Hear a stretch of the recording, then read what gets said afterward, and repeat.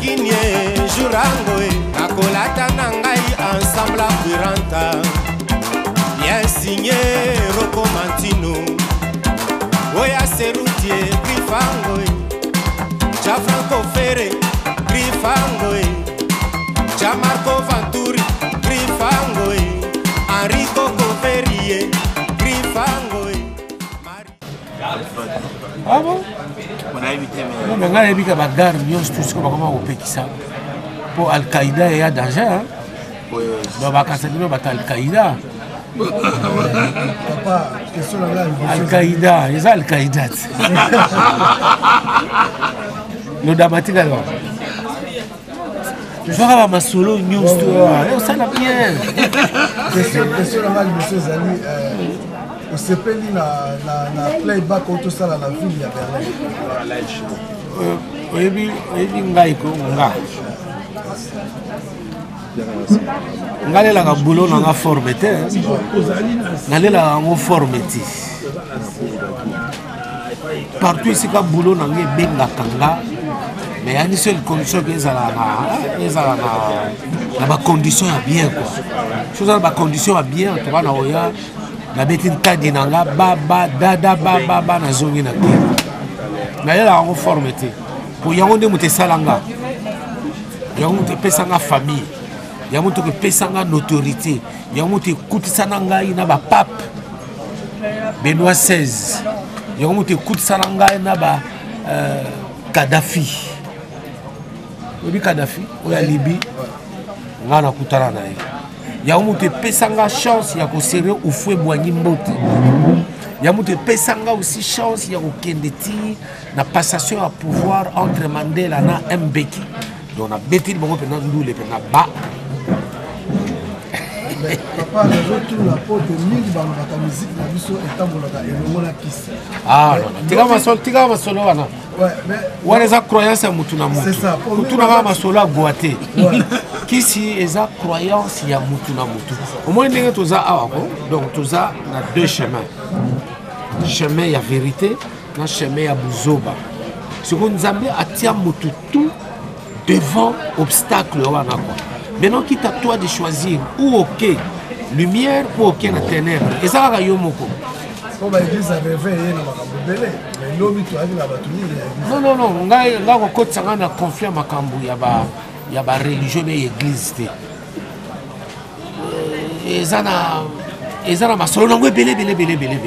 Mais ngane nazali awa, je crois en Dieu le Père Tout-Puissant. Et puis naza na maison mère catholique. Donc, je ne dis pas que l'église des réveils est amabé, non. Tous, et il y a une parole, Moko Yadzam. Mais l'album de Sapologie. Renata Ngote. L'album de Sapologie, papa. Sapologie, les albums, tu sais. Sapologie, il y a titre. Il y a un album à Notre Père. Notre Père, c'est parce que nous avons reconnaissance envers Nzambe ou ya salanga quoi. Propre à son image. Reconnaissance, il y a bana ou il belé ba Renate tala ba Renate ba komi bana ba komi ba maman ko ba sa komi si so ko ba koko. Après c'est un témoignage na ye ayaka danseuse na vive la musique fioti.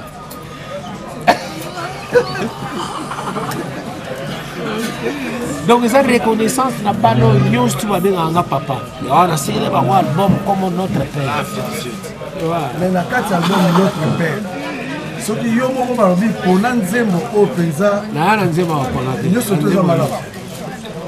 Ya lo wana bota ba Kadi na bota ba Kukuna na bota ba Sydney Poitier. C'est lo ba mélomane na bota ba Mika na bota ba Presley na bota ba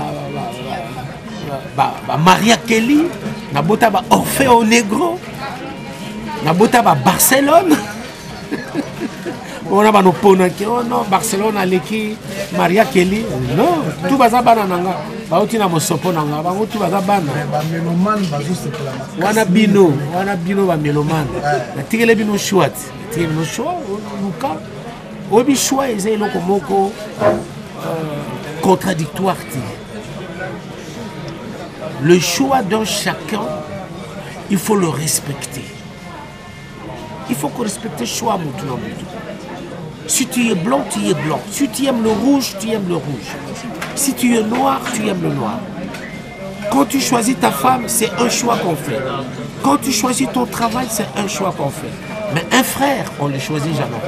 Mais un ami, on peut le choisir. Papa, mais balobaka mingi musique congolaise, la musique ya ghetto. Mais yo zali moto penza ni moko pionnier. Mais les kanisezaka nini pour la kobimisa musique congolaise ya ghetto. Siko boye bisanga ghetto ezolobela odi. Ghetto elobi nini? Ghetto elobi nini? Obi année oyoko 2010. 17 pays africains et fêté ma cinquantenaire nango. Et dans 17 pays africains, tous les pays africains ont célébré leur cinquantenaire avec une chanson, Indépendance Tcha-Tcha.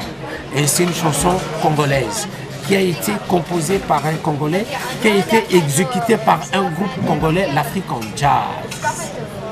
Alors vous n'allez pas me dire que la musique congolaise est toujours dans les ghettos. Je ne pense pas, je ne crois pas. Puisque cette musique-là a traversé déjà les frontières. Et c'est Kemusika. Seule maladie nango, ils allaient au sein. Yaba tout haut, ils ont entouré les musiciens. Parce que les vrais professionnels, la musique congolaise, et les musiciens. Mais tous ceux qui nous entourent ne sont pas des professionnels qui viennent seulement apprendre dans l'état. Alors il faudra Moutounoko Langa. Papa Wemba, gouvernement congolais, et Pessanga va le dire, bon, on le rappelle trop, 62 ans quand même, c'est beaucoup. Donc, PCO, c'est qu'on conduire dans la musique congolaise, côté yo, on a qu'on kende nango. Bon, c'est qu'on a carnet d'adresse nanga, bon, c'est qu'on a position nanga. Mais la musique congolaise restera toujours la maternité de la musique africaine. C'est ça bon, mais surtout, tali malam, ezali bon, mais. Oui, je vais vraiment solo. Oui, mais la carte, il y a une discothèque qui a poto et pas tout ça. Jamais tu as organisé mon ami, mais rumba qui toque à ma casse sur bêta. Mais les années d'un album où tu as problème exacté. Là, malheur. Ouais. Problème exacté. Problème exacté. Problème exacté. Pour qu'il y ait un autre qui voilà, faire à l'équipe fallait ou bien que faire le média à l'équipe n'unité. Donc, il y a un autre qui est en train de yo le col aux alliés awa. C'est là que Mboka Nayo, le Congo démocratique, a un genre musical, a un style musical.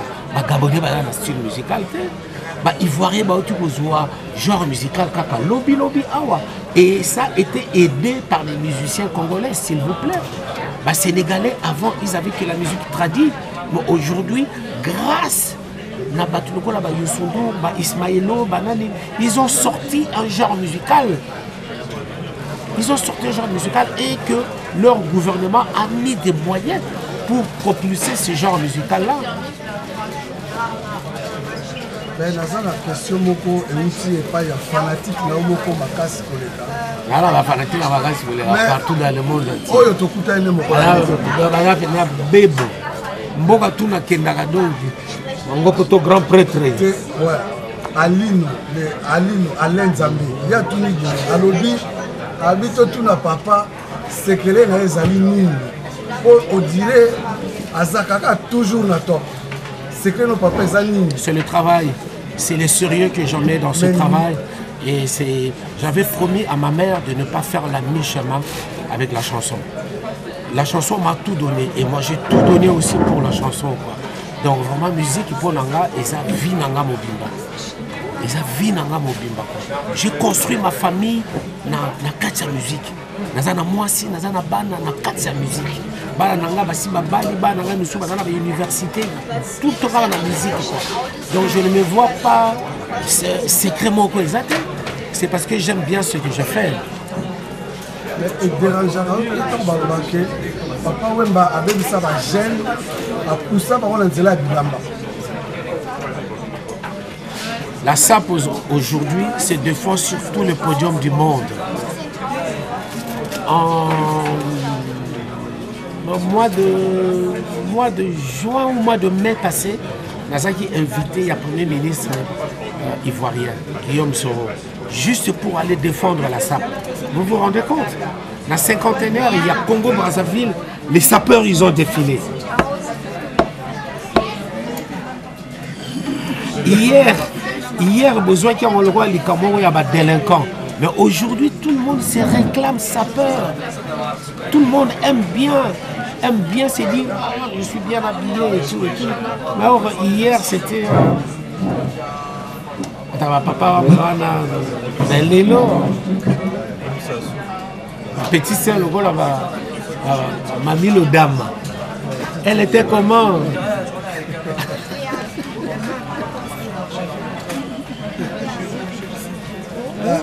naina tuna motuna lefte so na okoma na suka soki muto suka ozato la question kotuna suka papa plaisir na yozani ko otiki biso ozokende elo ni otiki biso ya malamu otokoki kotika nango oyo koyebisa biso eloko bokotika nango bien botala kaka bijou bien po bijou nde moto asali makambo mpo biso tosangana ti awa. Alors preneur de son na yo il y a circonstance, il y a Leno, et Zabongo Félix. Donc vraiment, tala batuna tikeli bino, botala ka bango bien ya bango wana.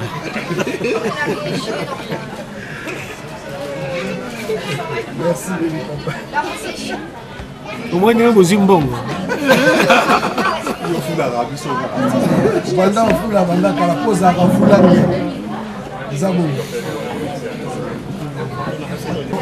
Na baluke pa na yo pona tuna namoni journée lobi bana ville à Berlin basepelaki na sima na yo bongo likanisi o sali epa ya papa esuki kaka wana to okobengisa po mingi bazaki na posa bamona équipe complet aye na ndenge ya playback sikoyo ozala mabongisi moko po toyamba papa na équipe complet to ozala mabongisi mosusu.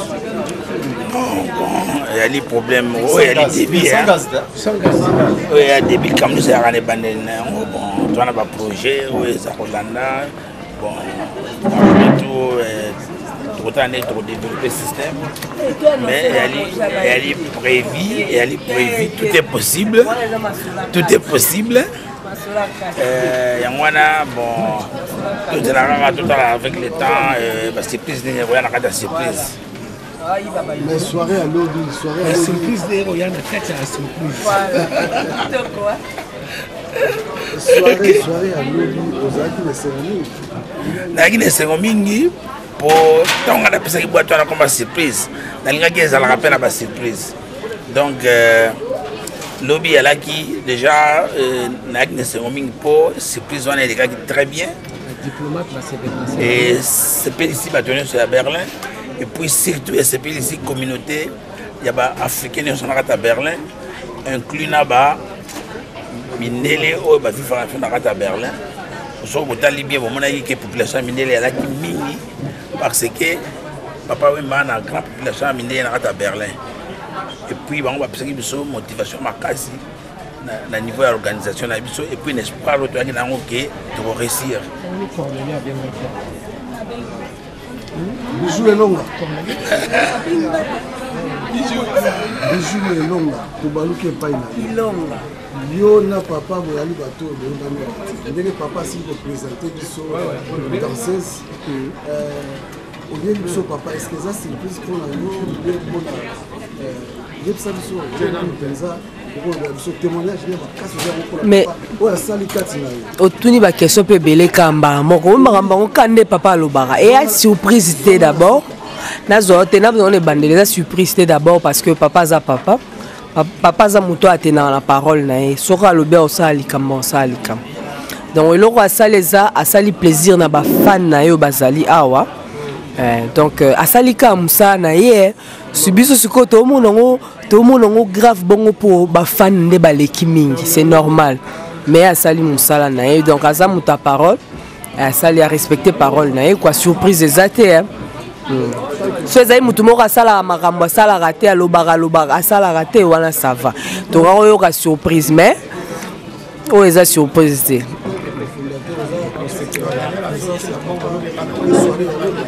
makasi soirée en tout cas l'obéza soirée mora incomparable incomparable eza na lipasa na ngote na kati ya Berlin eza na lipasa na ngote na kati ya surprise donc eza unique quoi Et tikali est gravé dans l'histoire.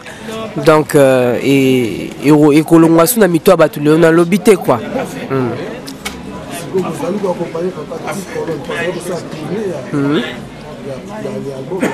Oui, oui.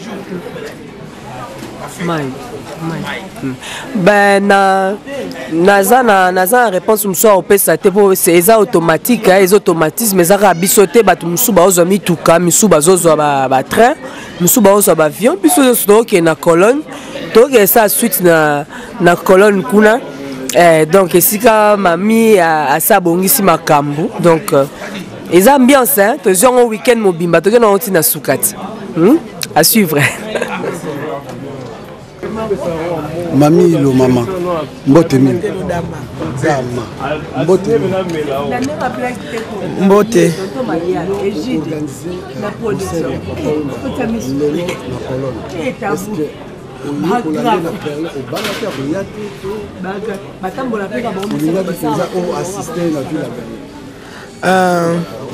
autour de deux questions en même temps. Donc, Kobanga que papa Oyate c'est trop dire. Non, ce qui et beti na kati Allemagne. Deuxièmement, na yaki pona ya kozwa papa na Berlin poto kende Cologne. Donc, de temps que ayebi banzela te et tout, yangonde na yaki po tozwaye. Poto kenaye.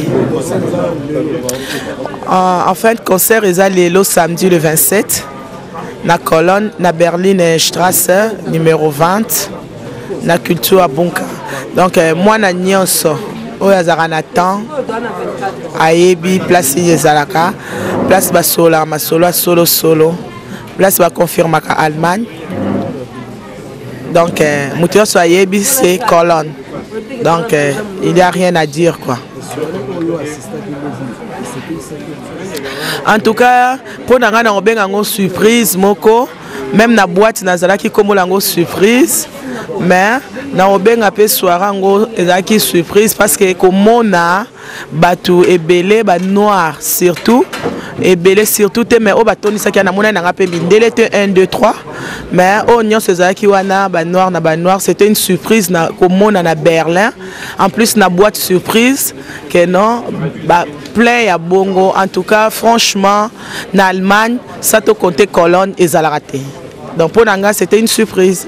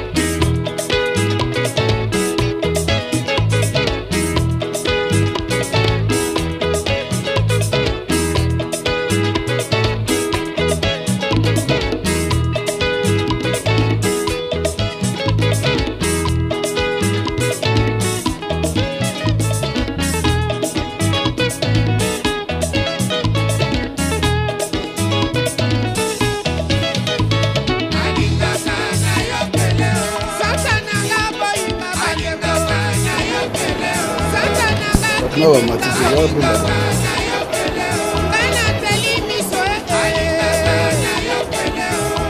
Santa Bonico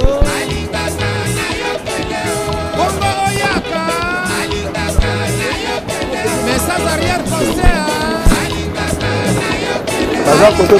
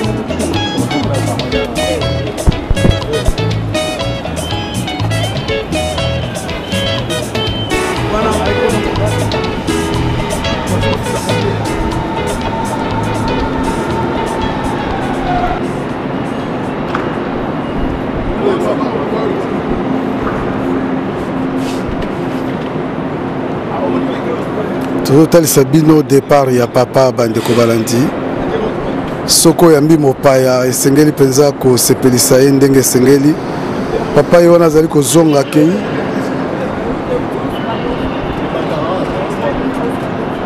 départ